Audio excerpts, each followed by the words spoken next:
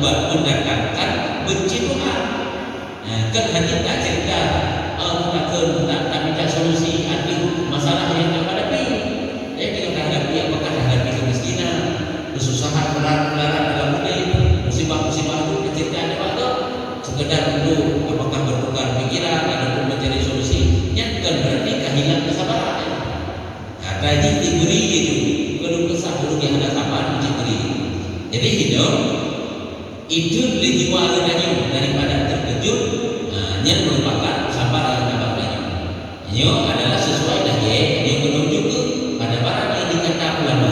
Lagi yang ada oleh ulama yakni menunjuk ke makna yang dikata oleh ulama yaitu makna sabar, yaitu dihabas akan nafsu daripada berbalik-balik engkau di dalam kepayahan, berulang-balik berbagai macam model yang mana berbalik-balik ini, yaitu itu dijual seluruh bentuk kepayahan yang berbagai macam kepayahan yang berbeda. Ini jiwa tetap tegar, tetap kokoh, tetap bersabar, dihapus. Itu akan nafsu, jiwa bernafsunya daripada berbalik-balik engkau di dalam kepayahan itu kesusahan berbalik-balik membaca bago kepayahan yang berupa tetap jiwa kita menghabas. Itu menanggung juga dengan sabar memang dan dulu memang berdumi-dumi masalah. Hanya punya anak cerdik dan mungkin mereka pegang dari pahala luar biasa.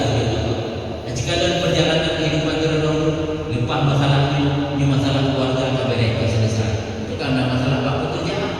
Masalah bab pekerjaan tak boleh. Itu kan terjadi masalah tetangga. Masalah tetangga kadang-kadang saja masalah-masalah. Hanya adalah di Allah Taala cukup berat saya dijadi baik faham. Cuma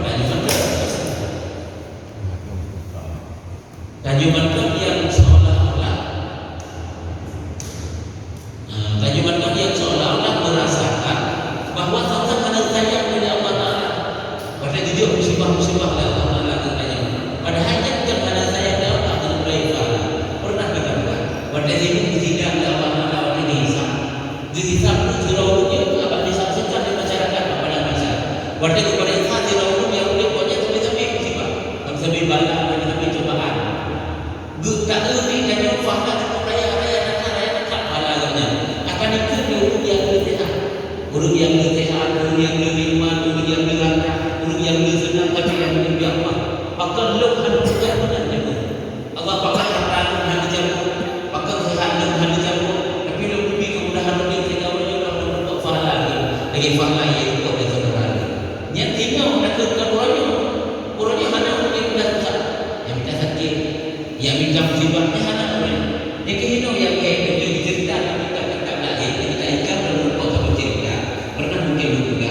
Sirahulu apabila tingkatan banyak lebih tinggi, apabila ditimpa oleh Allah Taala musibah, mereka itu bukan lagi bersabar, tapi bersyukur subhanallah.